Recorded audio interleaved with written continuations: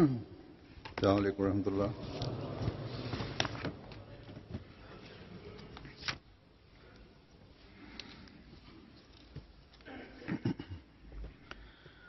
أشهد أن لا إله إلا الله وحده لا شريك له وأشهد أن محمدا عبده ورسوله أما بعد فأعوذ بالله من الشيطان الرجيم بسم الله الرحمن الرحيم الحمد لله رب العالمين الرحمن الرحيم مالك يوم الدين إياك نعبد وإياك نستعين اهدنا الصراط المستقيم صراط الذين أنعمت عليهم غير المغضوب عليهم ولا الضالين.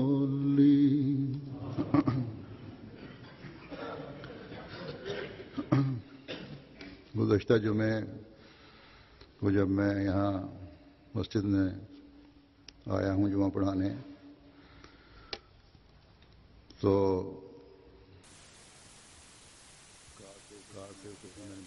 sah ich, sobald ich aus dem Auto ausstieg, dass eine Menge an Medienvertreter anwesend waren. Als ich fragte, erzählte mir der Amir Sahib, dass aufgrund des Schmähfilms aus den USA gegen den heiligen Propheten sallam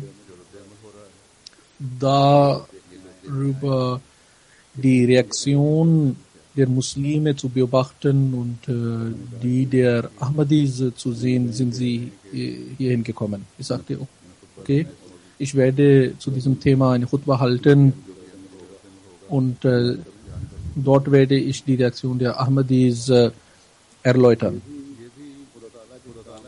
Das ist auch eine göttliche Wirkungsweise, dass er so viele Medienvertreter hierhin versammelte und auch in meinem Herzen den Wunsch erregte, zu diesem Thema etwas zu sagen. Eigentlich wollte ich zuerst über ein anderes Thema Khutbah zu halten, aber einen Tag davor, vor dem Freitag,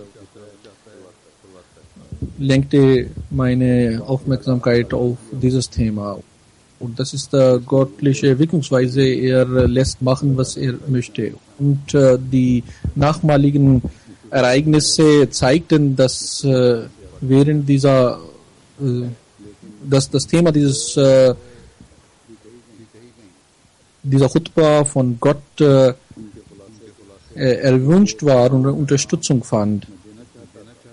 Es gibt mehrere Möglichkeiten, etwas zu sagen, aber jene Botschaft, die ich verbreiten wollte, diese Botschaft hat Gott nicht nur unter den Ahmadis, sondern auch unter den Nicht-Ahmadis weit verbreiten lassen. Auf jeden Fall ist das so, dass nach der Juma, als ich rausging, sagte mir der Amir Sahib, dass die Medienvertreter ein paar Minuten mit ihnen sprechen möchten. Ich sagte, ich habe das Mögliche in der Khutbah bereits gesagt. Ich hatte gesehen, dass die Medienvertreter oben vorhanden waren, Aufnahmen gemacht haben, Fotos gemacht haben und auch die Übersetzung gehört haben. Sie haben die Botschaft gehört, was wollen Sie denn noch mehr? Aber da Amir Sahab die Medienvertreter bereits sitzen ließ in dem Zimmer und denen gesagt hatte, dass ich kommen werde, sagte ich, okay, wenn es darum geht, die Ehre und den Status des heiligen Propheten sallallahu alaihi wasallam, so werden wir, wenn es notwendig ist, noch mehr dazu sagen und seinen Status den Leuten erklären und die Lehren des Islam ihnen erläutern. Und wenn auf diese Weise die Menschen die Botschaft des Islam hören können, so ist das auch gut. Als ich in dem Zimmer hineinging, sah ich außer andere Medienvertreter auch die Vertreter von Fernsehanstalten, von IBC, von BBC, vom nationalen Fernsehanstalten aus Neuseeland, aus Frankreich und weitere Medienvertreter waren dort anwesend. Der Vertreter von Neuseeland, der zu meinen Rechten saß, er bekam zuerst die Möglichkeit und seine Frage war, was für Botschaft haben Sie? Ich sagte ihm, dass die Botschaft bereits gegeben worden ist. Sie haben ja die Khutbah gehört und deren Übersetzung. Was den Status des heiligen Propheten sallam betrifft, das habe ich bereits erwähnt, dass er einen sehr hohen Rang und Status hat und sein Beispiel ist maßgeblich für jeden Muslim. Die Reaktion der Muslime in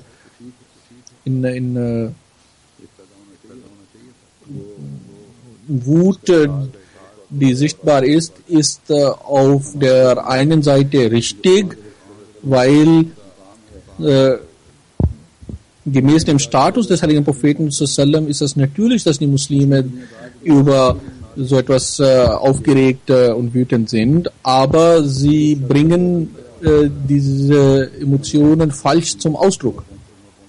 Die anderen können gar nicht verstehen, welchen Status und welche Ehre und welche Liebe wir zu dem heiligen Propheten sallam haben und welche Ehren wir ihn halten. Ein Vertreter fragte, Sie haben gesagt, dass diese Leute in die Hölle gehen werden, und er meinte damit, dass sie auch zu denen gehören, die so wütend sind. Da er diese Frage immer wieder gestellt hat, sagte ich zu ihm, jene, die Lieben Gottes schmähen und verleumden und verunglimpfen und nicht aufhören, diese Schmähungen mit ihren Schmähungen, dann ist es so, dass das Wirken Gottes sich dann zeigt, und es kann auch bis hin zu einer Bestrafung führen, und Gottes Strafe kommt auf solche Menschen.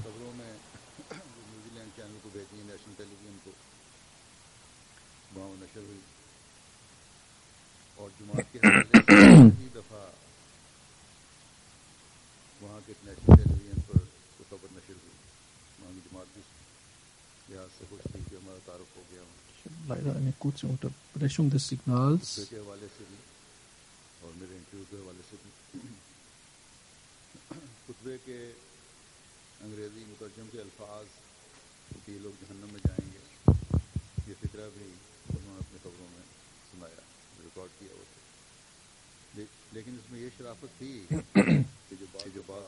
Und es ist so, dass manche nicht-muslimische Vertreter verstehen nicht, dass um Missverständnisse zu vermeiden, hat es Gott so bewirkt, dass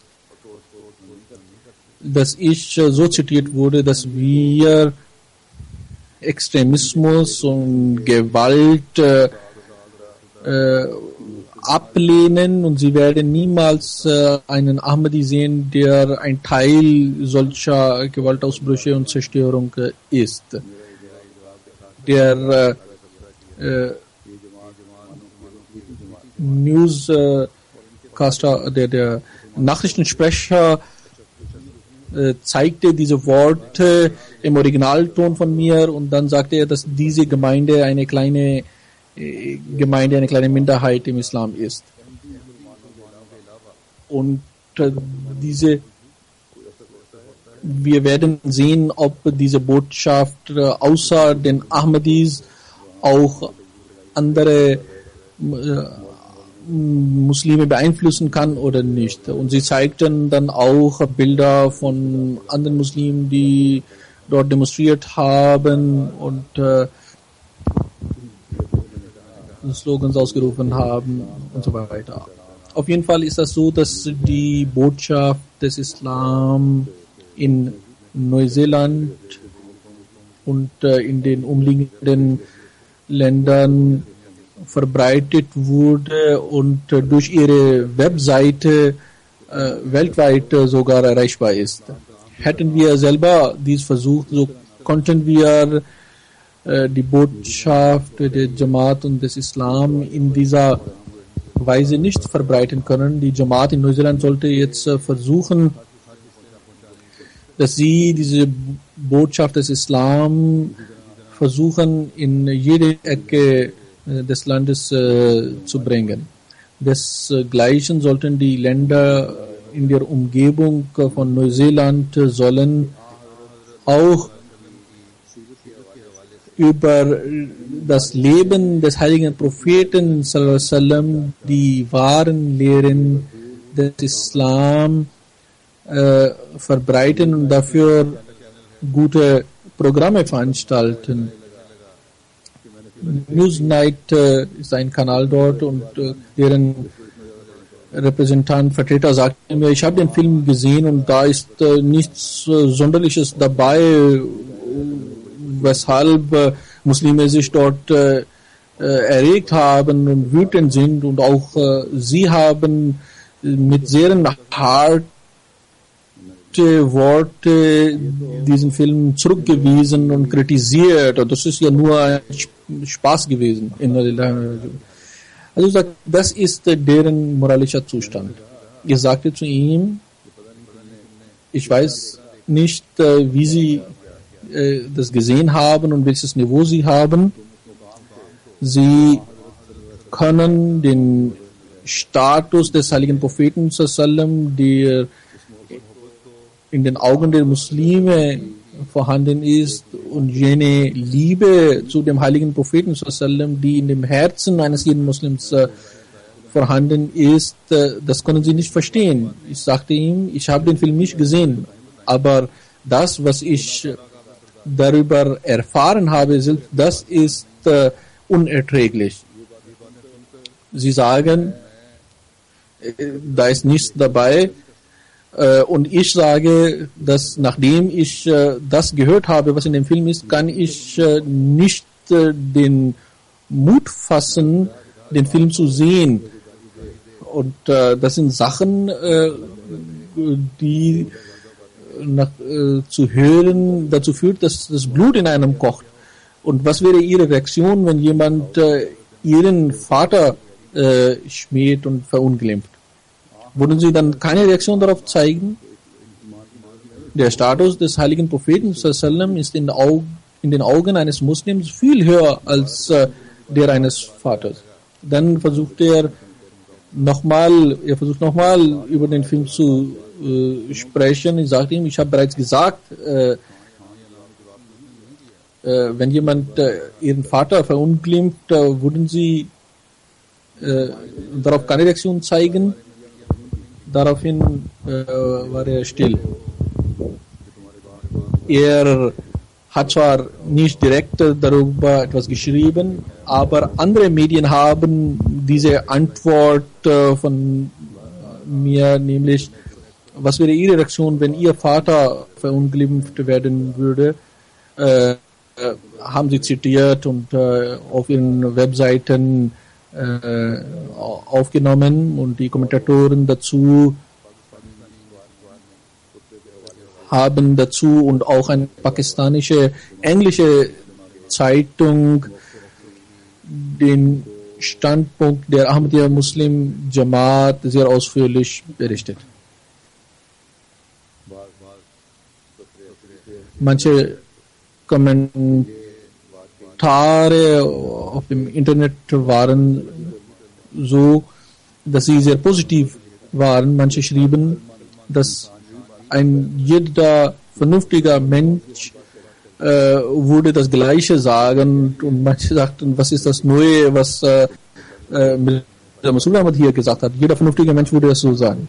Ein Ahmadi schrieb mir aber, ich habe viele Reaktionen gesehen, aber viele haben vieles gesagt, aber niemand hat darauf hingewiesen, dass man Durud rezitieren sollte, und das ist etwas, worauf nur die Ahmadiyya Muslim Jamaat hingewiesen hat, dass man mehr als je zuvor Durud rezitieren sollte. Manche haben geschrieben, dass diese Leute, denen ihr zu Nicht-Muslimen erklärt habt, sie haben die richtige islamische Reaktion gezeigt. Also ist das auf jeden Fall in den Medien verbreitet worden. Und dadurch ist die wahre, richtige Reaktion eines wahren Muslims vor der Welt präsentiert worden. Und die Welt hat gesehen, dass die Ahmadiyya Muslim Jamaat die wahren Lehren des Islam verbreitet und vertritt. Und die Welt und die muslimische Welt haben auch die Botschaft empfangen, was die richtige Reaktion eines Muslims sein sollte und ist. Wie ich bereits gesagt habe, es war göttliche Unterstützung und Wirkung, dass diese so weit gekommen ist. Ansonsten, wie ich bereits erwähnt habe, hätten wir dies durch unsere eigenen Bemühungen nicht erreichen können. Wir hätten nicht so weit in der Welt dies machen können. Nun daraus Nutzen zu ziehen, in der Welt zu verbreiten, ist die Aufgabe einer jeden Jamaat. Was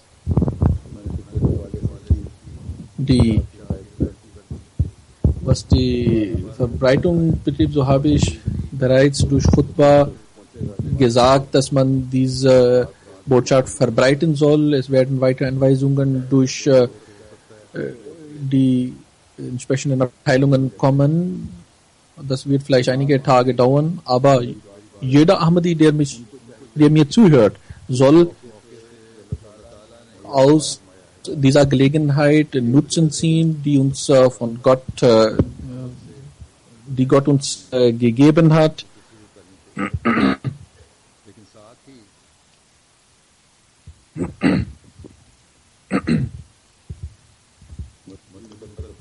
Und auch die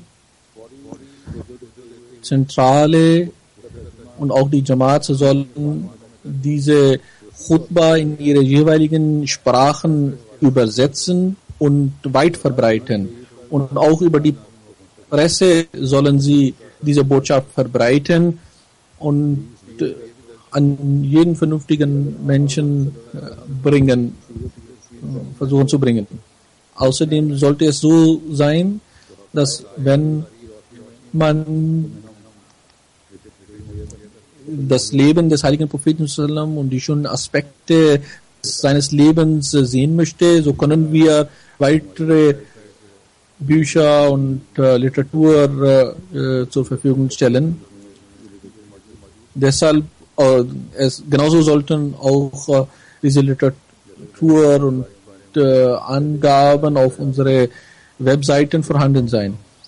Ich habe darüber meine Anweisungen bereits gegeben. Manche haben auch vorgeschlagen, dass man mit Bezug auf diese Khutbah und mit der Presse die weite Verbreitung, die bereits in den Medien geschehen ist, dass man diese nutzend verschiedene Aspekte des Lebens des heiligen Propheten sallam erläutern sollte und aus dieser Gelegenheit auch Nutzen ziehen sollte. Auch in den Büchereien ihrer Umgebung sollten Bücher über das Leben des heiligen Propheten sallam verbreitet werden. Und selbst wenn man bestimmten Leuten umsonst diese Bücher zur Verfügung stellen muss, so sollte man dies machen. Insbesondere jene Bücher, die bereits in anderen Sprachen, Englisch oder weiteren Sprachen übersetzt worden sind, sie sollen weit verbreitet werden. Zum Beispiel das Buch vom Hazrat Khalifatul Masih II. Radhiyallahu anhu mit dem englischen Titel The Life of Muhammad. Desgleichen das Buch vom Hazrat Mirza Bashir Ahmad Sahib ist teilweise ins Englische übersetzt worden. Und Nazarat Tashnif sollte möglichst schnell dieses Buch komplett übersetzen lassen und verbreiten. Auf jeden Fall, wie ich bereits gesagt habe, das Buch vom zweiten Khalifa, The Life of Muhammad, ist ein Buch, in dem alle Aspekte des Lebens des heiligen Propheten sallam ganz kurz behandelt worden sind. Dann gibt es das Vorwort zum heiligen Koran. Es gab eigentlich das Vorwort oder Einleitung zum heiligen Koran, dessen Teil dieses Buch ist. Das ist ein Auszug also aus dieser Einleitung, das über das Leben des heiligen Propheten sallam handelt. Auf jeden Fall ist das so, dass wenn man dieses Buch liest, dann sieht man alle Aspekte des Lebens des heiligen Propheten sallam. Und deshalb sollte dieses Buch weit verbreitet werden. Wakil, Ishad und Tasnif sollen darüber mir Bericht geben, in welchen Sprachen dieses Buch bereits übersetzt ist. Und wenn es nicht vorhanden ist, so soll es sofort gedruckt werden. Ich glaube, in der deutschen Sprache ist das bereits übersetzt und ich meine auch in der französischen Sprache. Auf jeden Fall sollen wir vor der Welt die Schönheit des Lebens des heiligen Propheten sallam präsentieren. Und wir sollten uns darum bemühen. Heute soll diese Aufgabe mit Anstrengung nur die Ahmadiyya Muslim Jamaat machen. Und dafür sollen sie vor allen anderen Aufgaben mehr als zuvor diese Aufgabe widmen. Seminare sollen veranstaltet werden. Und wie ich bereits erwähnt habe, meine Khutbah soll übersetzt und als eine kleine Broschüre verbreitet werden. So wie es im Zusammenhang mit dem Frieden Broschüren verbreitet wurden, so sollten diese auch jetzt verbreitet werden. Und dabei soll nicht viel Zeit vergeudet werden. In einer Woche oder 10 Tage soll das gemacht werden. Diese Leute werden nicht aufhören mit ihrer Handlungsweise und die Reaktion, die in den muslimischen Ländern zu sehen war. Das gibt zu bedenken, dass diese Leute das wieder versuchen werden. Vor 2 Tagen hat auch eine Zeitung in Spanien die Karikaturen wieder abgedruckt und gesagt, das ist nur Spaß und das ist nur eine Reaktion auf die Proteste und Reaktionen der Muslime. Und um diese Leute zu erwidern und den vernünftigen Leuten die Botschaft zu geben und ihnen klarzumachen, dass diese Leute nur den Frieden gefährden, zerstören, müssen wir arbeiten. Hier in Großbritannien und in Commonwealth-Staaten ist in den vergangenen Tagen das Jubiläum der Königin zelebriert worden, das 50-jährige Jubiläum, und das ist präsent in den Medien. Als 50-jähriges Jubiläum von Königin Victoria gefeiert wurde, hatte Hazrat Masih Islam ein Buch, Tohfa Kaisariya, Geschenk für die Kaiserin, geschrieben. Und darin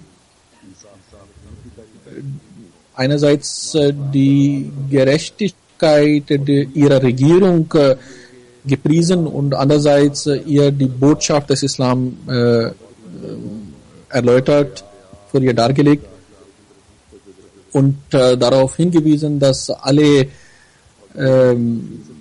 Respektspersonen der Religionen besondere Ehre und besonderen Respekt genießen sollten. Jetzt, als dieses Jubiläum hier gefeiert wurde, wurde die Übersetzung von Tohfa Kaisariya der Königin in einer Sonderausgabe gedruckt und geschickt, und die Abteilung, die dafür zuständig war, dieser Abteilung wurde das Buch gegeben und auch mein Brief, und sie haben mir jetzt geantwortet, dass sie das Buch der Königin überreicht haben, und die Königin wird das Buch sicherlich lesen. Ob sie das liest oder nicht, ist eine andere Sache, aber wir haben zumindest unsere Pflicht getan. Die Situation des Weltfriedens ist zurzeit so wie damals, und in mancherlei Hinsicht sind die Gefahren sogar größer als damals, und die Angriffe gegen den Islam und die Angriffe gegen den heiligen Propheten sallallahu alaihi wasallam nehmen kein Ende und nehmen sogar zu. Und deshalb ist es wichtig, dass diese Botschaft von Hazrat Masih Islam verbreitet wird. Und jener Teil über den Respekt gegenüber Religion und über Konferenzen und wie sie veranstaltet, organisiert werden sollen und so weiter. Diese Teile sollen auch in Form einer Broschüre gedruckt werden und auch hier, sowohl hier als auch anderswo in der Welt verbreitet werden. Auch dies sollte schnellstmöglich geschehen. Das werden vielleicht 4-5 Seiten sein. Darin hat Hazrat Masih Islam die Propheten erwähnt und das Beispiel genannt und gesagt, dass wenn jemand als Vertreter einer Regierung von sich aus ein Gesetz macht und vorgibt, Repräsentant einer Regierung zu sein, und zwar falsch, dann setzt sich die Regierung in Bewegung und ergreift ihn und bestraft ihn. Wie kann es dann möglich sein, dass jemand im Namen Allahs lügt und von sich aus Boten verbreitet und Gott diese zulässt? Wenn also Leute im Namen Gottes eine Botschaft verbreiten und ihre Gemeinden zunehmen, dann zeigt dies, beweist dies, dass diese Leute tatsächlich von Gott gekommen sind, und man sollte diese Vertreter Gottes respektieren, damit der Weltfrieden bewahrt wird. Also Masih Islam sagte hierzu über den Rang der Propheten, also Masih Islam sagt, und das gleiche Gesetz ist auch die Praxis Allahs. Nämlich das Gesetz, dass die auch weltliche Regierungen es nicht dulden, dass jemand in ihrem Namen etwas verbreitet, was sie nicht gesagt haben. Wie kann dann Gott dies zulassen? Also Islam sagt, dieses Gesetz ist auch die Praxis Gottes, dass er die falschen Propheten ganz schnell ergreift. Und deshalb sollte es so, dass wir alle jene Menschen mit Respekt sehen und sie für wahrhaftig halten, die jemals Prophetentum beansprucht haben und dieser Anspruch von ihnen dann Fuß gefasst hat und ihre Religion sich verbreitet hat und eine lange Zeit darüber vergangen ist und diese Religion weite Akzeptanz gefunden hat. Wenn wir aber nach einer langen Zeit sehen, dass die Anhänger dieser Religion falsch handeln und falsche Lehren angeeignet haben, so sollte es nicht uns dazu verleiten, die Propheten für falsch zu halten, denn mit der Zeit können Fehler in der Lehre und in der Handlungsweise der Menschen einschleichen, aber es kann nicht sein, dass ein Mensch behauptet, Prophet zu sein und Gott ihm die Erlaubnis gibt und ihn wie wahre Propheten unterstützt und seine Gemeinde in der Welt wachsen und verbreiten lässt. Deshalb ist dieses Prinzip sehr wichtig, dass wir all diese Propheten für wahrhaftig halten, deren Religionen sich verbreitet haben und eine lange Zeit in der Welt geblieben sind und Millionen und zig Millionen von Menschen unter ihren Anhängern haben. Wenn wir dieses Prinzip akzeptieren, so würde des Weltfriedens förderlich sein, und wenn man nicht demgemäß handelt, so wird der Weltfrieden sehr gefährdet. Es ist klar, dass wenn jemand anfängt, einen religiösen Anführer als Lügner und falschen Propheten zu bezeichnen, so wird diese zu einer Reaktion führen, und solche Sachen sind es, die zu gegenseitigen Beschimpfungen führen und die Harmonie und den Frieden zwischen den Gemeinschaften zerstören. Solche Menschen sind ungerecht vor Augen Gottes.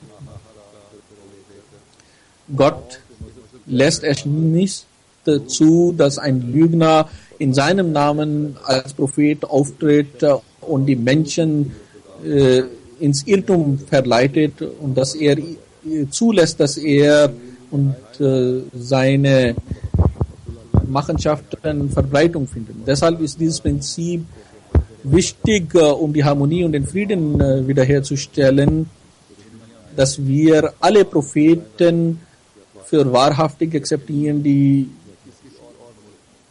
auf der Welt gekommen sind, in welchem Land auch immer, ob in China oder Arabien oder Fars, also Iran oder sonst wo in der Welt.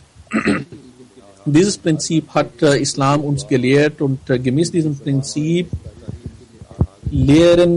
respektieren wir die Propheten aller Religionen, die gemäß dieser Definition sind. Und wir respektieren alle diese Propheten, ob sie die Propheten der Hindus oder der Buddhisten oder der Perser oder sonstiger Völker gewesen sind. Wir respektieren sie alle. Aber leider ist das so, dass unsere Gegner dieses Prinzip nicht akzeptieren und nicht eingehen, dass Gott niemals zulässt, dass ein falscher Prophet Verbreitung findet mit seinen Lehren und seine Gemeinde stärker wird. Und solche Menschen, die Anführer anderer Religionen nicht respektieren, sind in Wahrheit die Zerstörer des Friedens, denn Beschimpfungen und Verunglimpfungen der religiösen Anführer können dazu führen, dass die Leute wütend werden und manche von ihnen sind sogar bereit, für ihre Propheten zu sterben. Wir sollten nicht die Propheten kritisieren, sondern die Lehren dieser Menschen kritisieren. Und jene Propheten, die seit Jahrhunderten respektiert sind und die Religion Verbreitung gefunden hat, diese Tatsache allein ist ein Beweis dafür, dass dieser Prophet ein wahrhaftiger Prophet war. Unter zig Millionen von Menschen seine Lehren zu verbreiten und seine Liebe in ihren Herzen zu sehen, ist nur durch die Unterstützung Gottes möglich.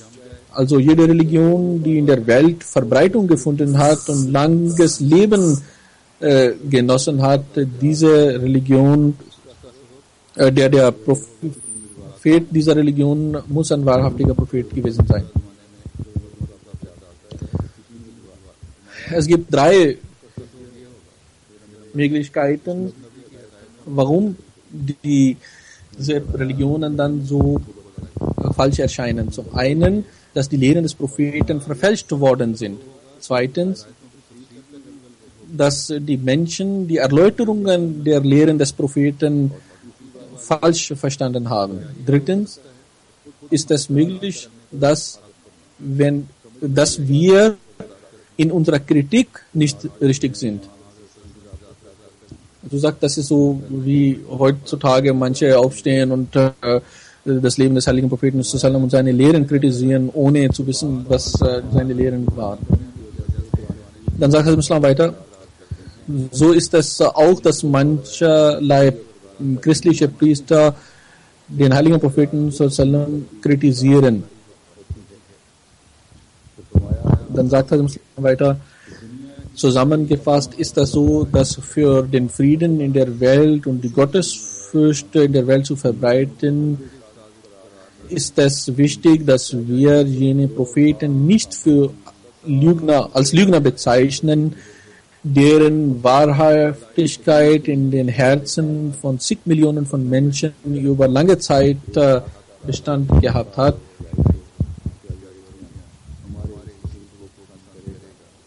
Ich bin mir sicher, dass wenn vernünftige Menschen dieses Prinzip von uns lernen, verstehen, dann wird man diese akzeptieren. Dann sagt das Islam weiter, ich präsentiere vor Ihrer Majestät dieses Prinzip, das das einzige Prinzip ist, was in der Welt den Frieden verstärken und verbreiten kann. Ist es denn für uns zulässig, dass wir jene Personen beleidigen, verunglimpfen, deren Liebe von Gott in den Herzen von zig Millionen von Menschen gesät worden ist und große Könige sich ihr Haupt vor ihnen verneigt haben? Und Gott hat ihrer Religion ein langes Leben gewährt und seine Unterstützung durch seine Zeichen, seine Unterstützung für diese Religionen gezeigt. Wenn Gott aber dadurch uns täuschen möchte, so wäre dies etwas anderes. Ansonsten kann man einsehen, dass diese Leute von Gott unterstützt waren. Und jener Erfolg kann einem Lügner nicht gewährt werden, der den Wahrhaftigen gegeben wird. Und Gott sieht die Liebe zu solchen Propheten in den Leben von zig Millionen von Menschen. Wir sollten den Tag unseres Todes vor Augen halten und gottesfürchtig sein und solche Menschen nicht beschimpfen.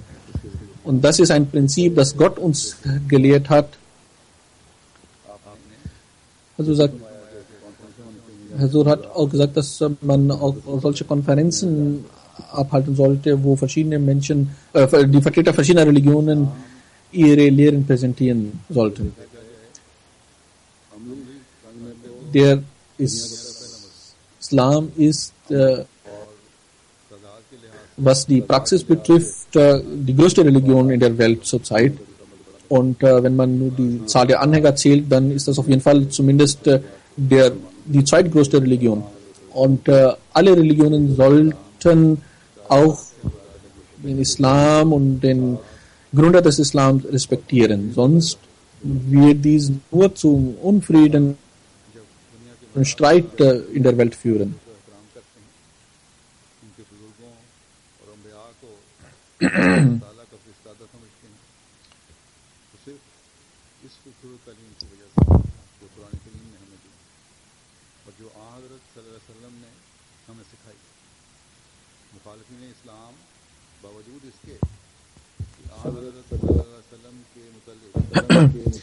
Wenn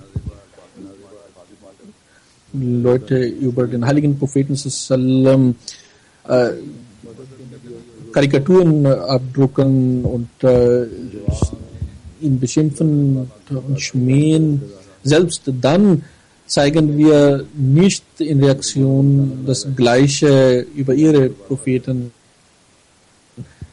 Und trotzdem wird gesagt, dass die Muslime den Frieden zerstören. Diese Leute sind es aber, die mit den Gefühlen der Menschen spielen und sie provozieren. Und wenn sie provoziert werden und wütend sind, dann sagen sie, Muslime sind ebenso. Wie ich in der letzten Khutbah bereits erwähnt habe, die Gegner der Muslime können dies alles machen, weil die Muslime nicht eins sind. Aber wir, Ahmadi-Muslime, denen Gott auf einer Hand gesammelt hat, es ist unsere Aufgabe, dass wir die Welt hier leiten und die Wege zum Frieden zeigen. Und diese Botschaft des Islam, die ich zitiert habe, dass man diese Botschaft verbreitet, damit die Welt die wahren Lehren des Islam kennenlernt. Die weltgewandten Menschen wissen gar nicht, welchen hohen Rang und Status der heilige Prophet sallam in unseren Herzen und in den Herzen der Muslime hat. Die Lehren des heiligen Propheten sallam sind sehr schön. Und welche Schönheit ist dort zu finden, zu sehen? Ein wahrhaftiger Muslim hat eine Liebe zu dem heiligen Prophet sallam, die diese Leute gar nicht schätzen können, nicht begreifen können. Es ist nicht nur so, dass Hassan bin Sabit vor 1400 Jahren seine Liebe zu dem heiligen Propheten sallam in diesen Versen ausgedrückt hat.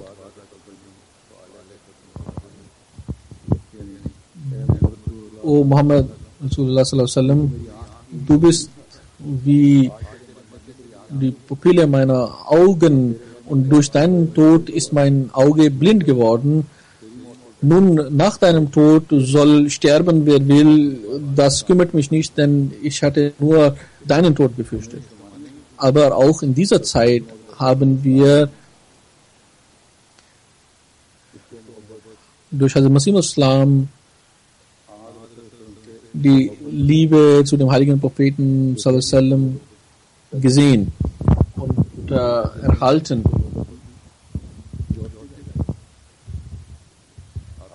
Hazrat Masih Islam sagt an einer Stelle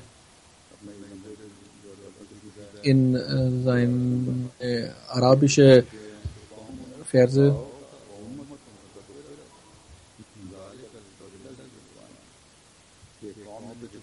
Ein Volk hat dich gesehen und eine Umma hat Nachricht über diesen Vollmond erhalten, der mich zu seinem Liebhaber gemacht hat. Sie weinen aufgrund der Liebe zu dir und aufgrund der Trennung von dir.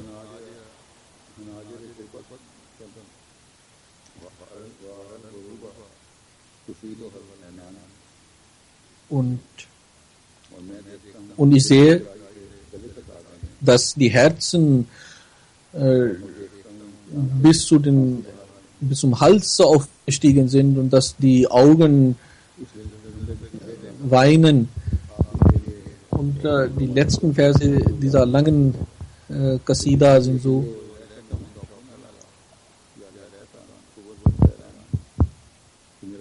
Mein Körper fliegt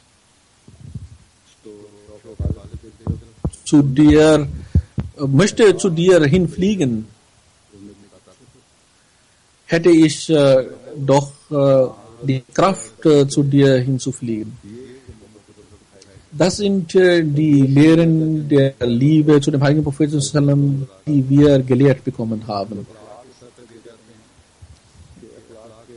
Wenn die moralischen Werte der Welt so sehr verfallen, dass sie die tiefsten Tiefen erreichen, dann wird der Frieden in der Welt zerstört. Aber wie ich bereits gesagt habe, es ist unsere Pflicht, unsere Aufgabe, dass wir die Sira des heiligen Propheten, sein Leben der Welt vorstellen. Und wie gesagt, ein umfassendes Buch in diesem Zusammenhang ist The Life of Muhammad sallallahu von dem zweiten Khalifa radhiyallahu anhu. Und jeder Ahmadi sollte dieses Buch lesen. In diesem Buch sind viele wichtige Aspekte des Lebens des heiligen Propheten sallallahu erzählt worden. Und dann sollten Sie auch andere Bücher über das Leben des heiligen Propheten sallallahu lesen und dann durch Literatur, durch Broschüren und durch andere Wege der Welt auch vermitteln. Möge Allah jeden Ahmadi dazu befähigen, diese zu schaffen, und möge Allah auch der Welt die Vernunft geben, dass sie selber die Bemühungen dieser Leute ablehnen, damit die Welt auch der Strafe Gottes entgeht. Amen. Nach dem Jumma-Gebet werde ich ein Janaza-Gebet leiten. Das ist Janaza von Maulana Nasrullah Khan Nasir Sahib. Er war Murabbi, ist am 23. September durch Herzanfall gestorben. Er lebte hier in UK und war 72 Jahre alt. Er war Sohn vom Chaudhry Mir Aladita Sahib aus Gujarat. Sein Vater ist von seinem Dorf zu Fuß nach Qadian gegangen und hat 1918 anhand des zweiten Khalifen Bayat gemacht. Er hat während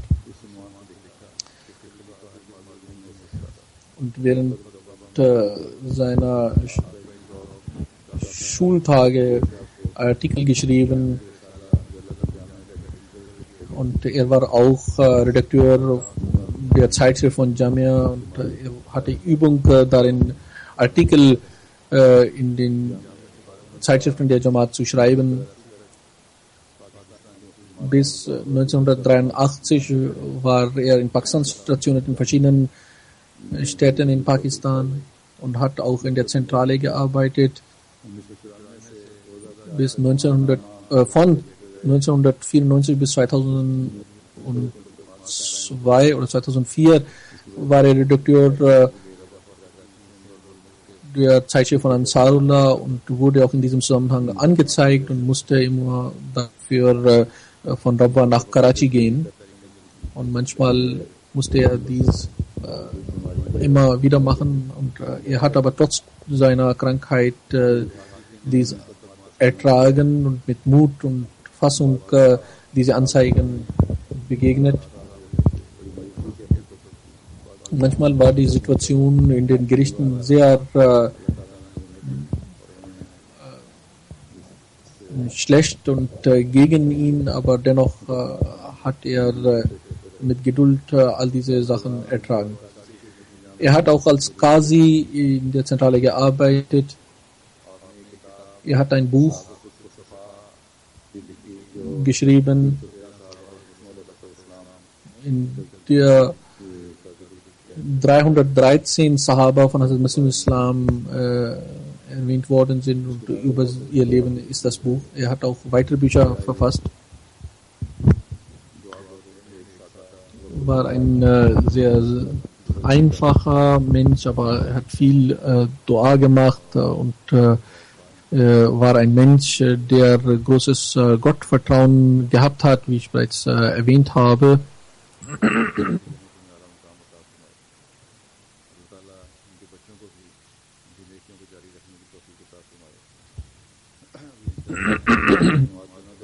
Also werde ich nach dem Jumma-Gebet auch sein Janaza-Gebet leiten, und zwar präsent. Janaza ist bereits vorhanden.